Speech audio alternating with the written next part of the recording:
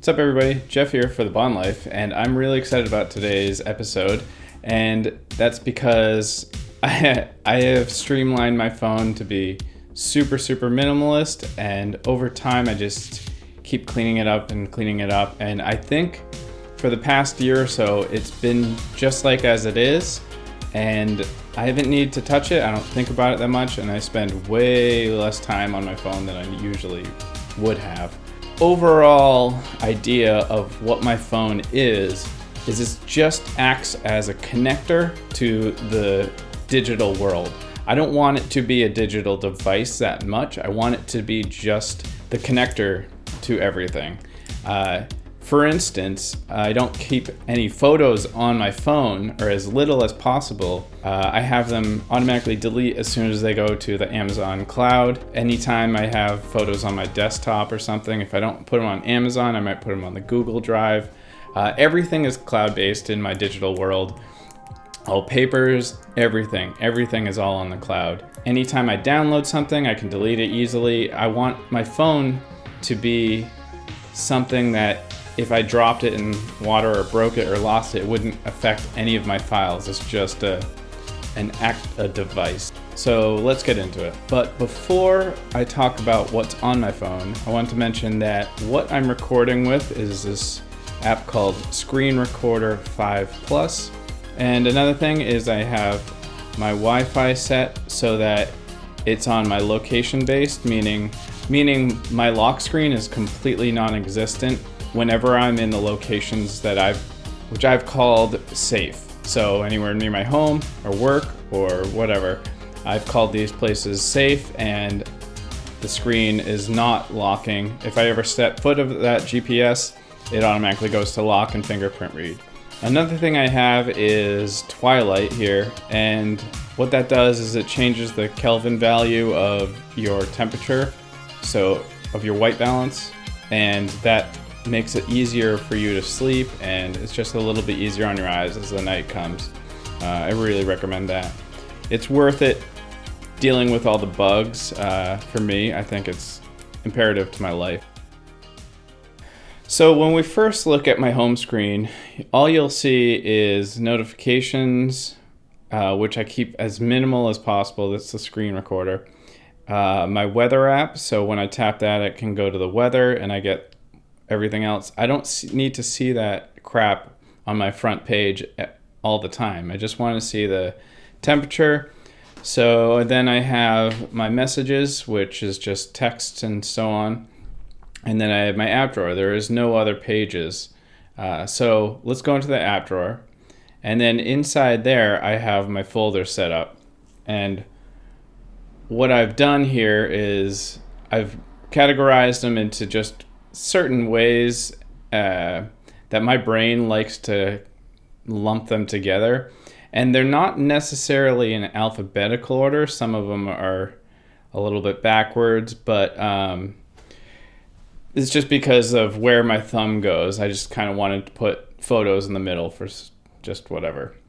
So if we go into audio, you'll find my play music, which is music from my Google, and then my Audible books, which I listen to all the time, and podcasts. And then I have my Amazon Music, where I just like download new shit and then whatever for my Prime membership.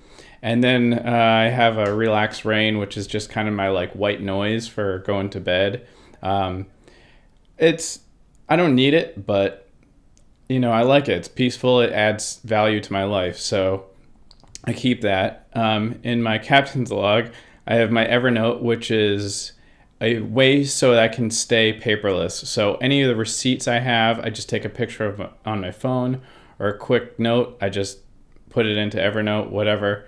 And it's not on my phone, it's all on the cloud. My Fitness Pal, to keep me on track with my diet. And then my Google Sheets, which is basically just where I jot down ideas. In the clock section, these are just basically things to do with time. Calendar, clock, calculator, Twitter. I don't know why that's in there. I'll have to move that. That should not be in there. And then the Google section, Google Drive, again, storage on the cloud Google search and the internet, those are intertwined. Gmail's obvious. All my phone functions, it is not a redundant icon. It just stays in this drawer. I don't know how to hide it, even if it's on the front page. Contacts and phone. And then the maps section, I just keep it really clean to things that get me around town. So those are all used. And then in my store section, money, however you want to call it, it's my bank, the like Play Store where I get the apps or whatever I need to do. eBay, because I've been doing a lot of eBay lately, and then chopped salad, which I order way too often, but it seems to be way cheaper when you order it through the app and there is no wait. It's awesome. Next is my photos. My gallery is where they're saved on the phone, which is usually temporary. Then my VSCO, which is the best thing. I actually should make a whole video why I like VSCO so much, but it's not actually filters. A lot of people think it is, but they're more lookup tables of film stock. This app has a little bit of a hybrid, but then we have Snapchat, which I will eventually get rid of, but I still snap my girlfriend. So then we have Prime Photos, where most of my photos are stored, because with Prime Photos, you get the unlimited photos. And then I have Snapseed, so in case I want to edit something on my phone, I do that. Preview here, this is new. This is cool because I can go in here and be like, here's my Instagram feed here, and then here's just like random things I'm putting in. I'm testing out to see if I like it. But let's say I don't like this girl here, I'll put that like that's much better, but I think maybe I'll swap those. I think that looks really good. I don't know, maybe something like that. Probably add some, I'm not sure, but it's all about testing and seeing everything like that. Also, you can repost images. So for on my Bon Neon page or whatever, I can repost from this app through Instagram. Then we have Photo Grid, which is basically just putting like two pictures together like that. Sometimes I do that to like share shit with friends and family. Then Breather is like a room rental service. And then Insta Followers, which is just like analytics for Instagram. After that, we have all my tools, which are apps I don't really use, but I need them. So Remote Desktop, I sometimes use if I'm at work and I need to access my hard drive and transfer a file or something. Buttons Remapper. What I use here is the Android phones, the volume up and down always tends to activate the ringer volume, which drives me crazy. So I remapped it with this Buttons Remapper, so it's always media volume up and down. I don't know why that's not the default or an option in the phone, but I have to do that. InstaShare is the app I use to quickly just transfer a file from my computer to my phone. So it's basically AirDrop for Mac and Apple users. Weather is the weather app. Twilight I mentioned before. Screen recorder we're recording on. And then this S Note thing is just for this. And then I have a teleprompter for certain tutorials and stuff.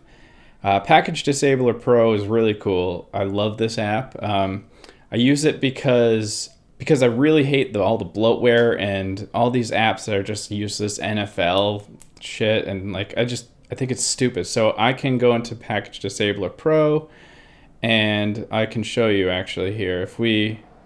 I can show you all the disabled, and these are all the apps I've gone in and disabled, which are just bloatware and just crap, IMDb, blah, blah, blah, my Verizon crap, like all of these I've gotten rid of, and that's really cool. And then My Files and Android Zip are just ways to access weird documents on my phone. Then there's Bose Connect, because I have the Bose QC35s, which are Bluetooth, so they have a special thing to connect. They're really awesome headphones.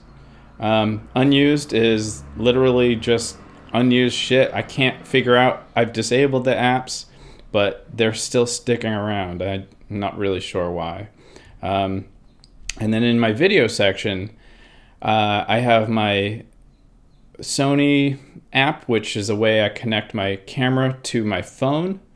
And then I have my video playing movies and stuff. And then I have my YouTube app, another YouTube app for control of the analytics and commenting. Vimeo, I watch a lot of Vimeo before bed on my phone, which is really weird, but it's kind of this thing I've been doing for a few months. And then my Amazon Prime Video, which I do download and use this app on like the subway and stuff, so I'm into that. And then my Instagram, the self-explanatory.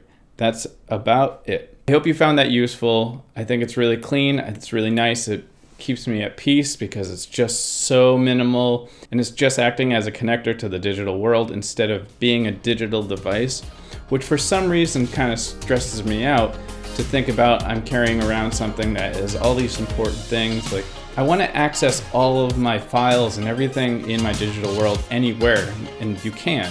So I just took a little bit of time to set it up that way. I don't do video games, I don't do all this crap on my phone because my computer's going to do it way better. So it's stupid to have my phone do it. That's it. All right, peace.